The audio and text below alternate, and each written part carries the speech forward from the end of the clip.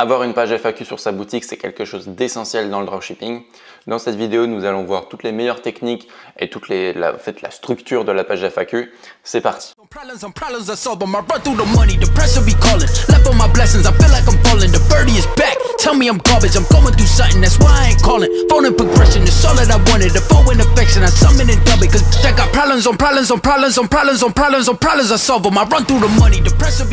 D'abord, il faut définir le pourquoi. Pourquoi c'est important d'avoir une page FAQ sur sa boutique? Premièrement, ça réduit considérablement, mais vraiment quand je dis considérablement, c'est considérablement le nombre de mails que votre service client va recevoir. Donc si maintenant vous payez quelqu'un pour faire le service client, vous le paierez moins parce qu'il aura moins de mails à faire.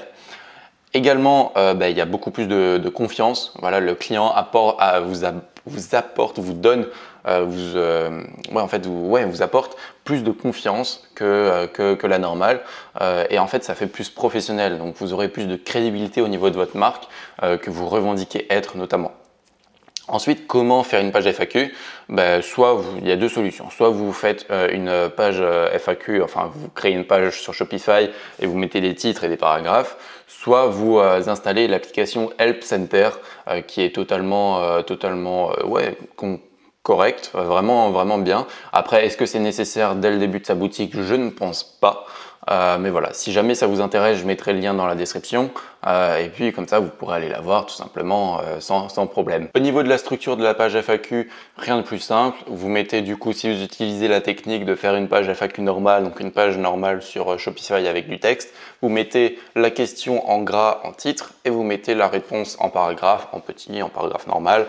Et voilà, à chaque fois vous sautez des lignes, vous faites comme ça. Si maintenant vous utilisez l'application Help Center, à ce moment-là, vous mettez la question dans la section qui est dédiée et puis vous mettez la réponse pareil dans la section qui est dédiée. Là, rien de bien compliqué. Ensuite, quoi mettre dans une page FAQ? De une, le fonctionnement de votre produit, comment votre produit fonctionne.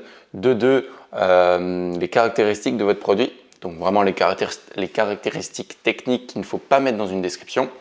Et de 3, votre politique de retour un peu expliquée par paragraphe. Ensuite, avec le temps, vous pourrez dans tous les cas améliorer votre page FAQ. Et c'est justement le but, c'est le but d'améliorer votre page FAQ parce que c'est quelque chose de super important tout simplement. Si maintenant vous regardez un peu tous les mails depuis le début, tous les mails que votre service client a reçus, vous prenez les questions les plus fréquentes et bim, vous les mettez dans la page FAQ. Également dans la page contact, avant que du coup vos clients vous envoient un mail, donc dans la page contact, avant le formulaire de contact, je vous conseille vivement en fait de mettre tout simplement un lien ou alors un raccourci vers votre page FAQ avec une phrase en disant avant de nous envoyer un mail, vérifiez bien notre page FAQ, nous sommes persuadés que votre réponse pourra s'y trouver. Si ce n'est pas le cas, envoyez-nous un mail. Et à ce moment-là, ils vous enverront un mail sans problème. Mais clairement, si la question est déjà posée dans la page FAQ, ça ne sert à rien d'envoyer un mail. C'est pour ça qu'il faut mettre cette petite phrase avec un lien tout simplement qui mène à votre page FAQ.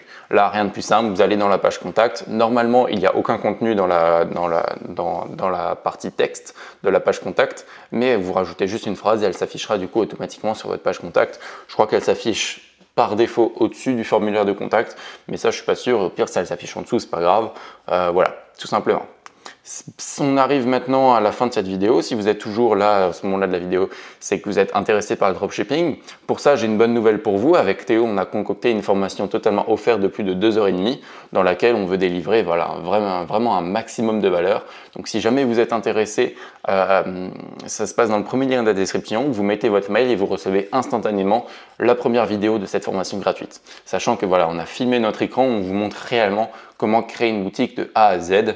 Voilà, parce qu'on veut même avec du contenu gratuit, même avec notre contenu gratuit, vous ayez toutes les possibilités, toutes les clés en fait pour avoir vos premiers résultats en dropshipping sans devoir débourser des sommes des fois astronomiques en formation payante. Voilà, c'est tout pour cette vidéo. On se retrouve à la prochaine pour une prochaine vidéo. Croyez en vos rêves, travaillez dur. Ciao.